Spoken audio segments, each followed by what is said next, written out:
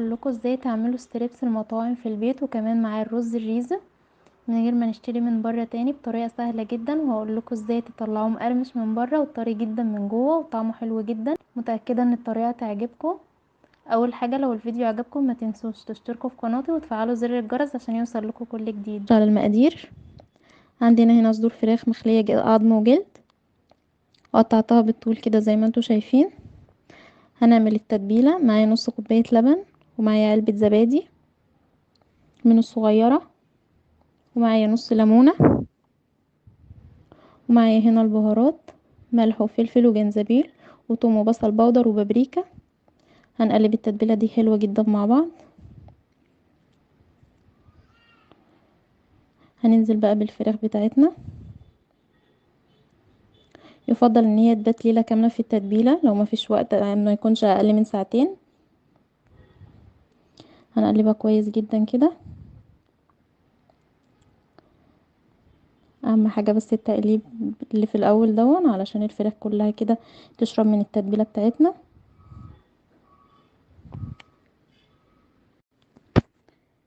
كده قلبتها حلو جدا. هسيبها بقى ساعتين 3 كده في التتبيله، وهبتدي ان انا اكمل. هنا هنعمل الكفر اللي بره. عندي هنا دقيق عليهم معلقتين كبار نشا، عليهم ملح وفلفل وثوم وبصل بودر، وهنقلبهم كويس جدا مع بعض. وهنا معايا ميه ساقعه. هبتدي ان انا انزل بالفراخ في الدقيق. اول مره كده هبتدي ان انا اعفرها بس بالدقيق حاجه بسيطه، وابتدي ان انا انزلها في الميه الساقعه معانا. يا دوبك بس انزلها واشيلها على طول وانزلها تاني في الدقيق. المره التانية اللي هنزلها فيها في الدقيق ابتدي ان انا اضغط عليها شويه كده حلوين عشان الكفر ما يفكش معانا في الزيت بالشكل اللي انتوا شايفينه ده. هعمل واحده كمان قدامكم. اهم حاجه بس الفراخ ما تكونش اتخن من كده عشان تستوي معانا بسرعه في الزيت. بجد الوصفه دي هتنجح معاكي من اول مره، والطعم جميل جدا. هنا خلصت الكميه بتاعتي. هبتدي ان انا انزل بالفراخ في زيت سخن وغزير زي ما انتوا شايفين كده. مهم جدا ان الزيت يكون كتير ويكون مغطي قطعة الفراخ كلها بالشكل اللي انتوا شايفينه كده. طوله متصفي كويس، ومعايا معلقة كبيرة صويا صوص، ومعايا معلقة كبيرة صوص حار، ومعلقة صوص باربيكيو، ومعلقتين كبار كاتشب، وواحدة مرقة دجاج، ومعايا معلقتين صغيرين ملح وفلفل وبابريكا وكاري وكركم. وعينا هنا بصلاية صغيرة مفرومة في الكبة. اول حاجة هنجيب حلة على النار هنسخنها كويس جدا، وننزل فيها ب3 معالق زيت كده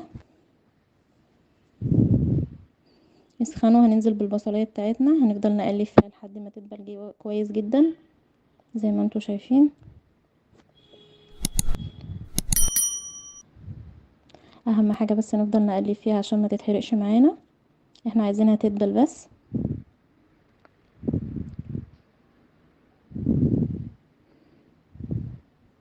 مهم جدا ان هي تتفرم في الكبه عشان تكون ناعمه بالشكل ده.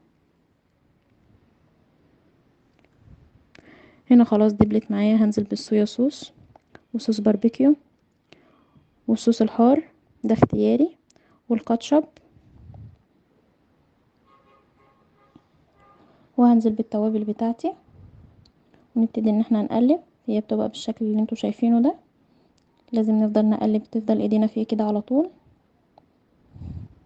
زي ما انتوا شايفين على نار هادية طبعا.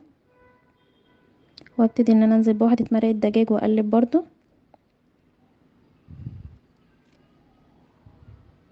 وابتدي ان انا انزل بالرز بتاعي. هفضل اشوح فيه كويس جدا بالبهارات والحاجات دي.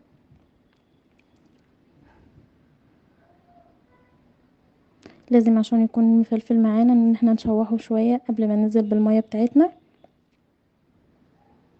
على نار هادية.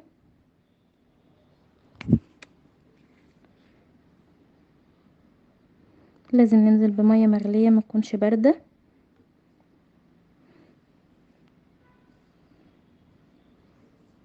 هنا هننزل بالمية بتاعتنا، هنقلب بس تقليبه كمان كده.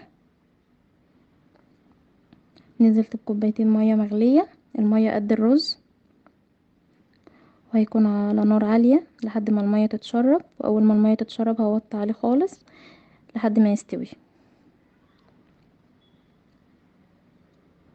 هنا المية ابتدت تتشرب معانا، هدي تقليبه كده واوطي النار خالص لحد ما يستوي. هنا كان خلاص استوى.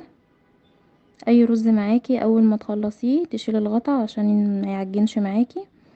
وده الشكل النهائي. اتمنى تجربوها وان شاء الله تعجبكم. اهم حاجه ما تنسوش اللايك والمتابعه. مع السلامه.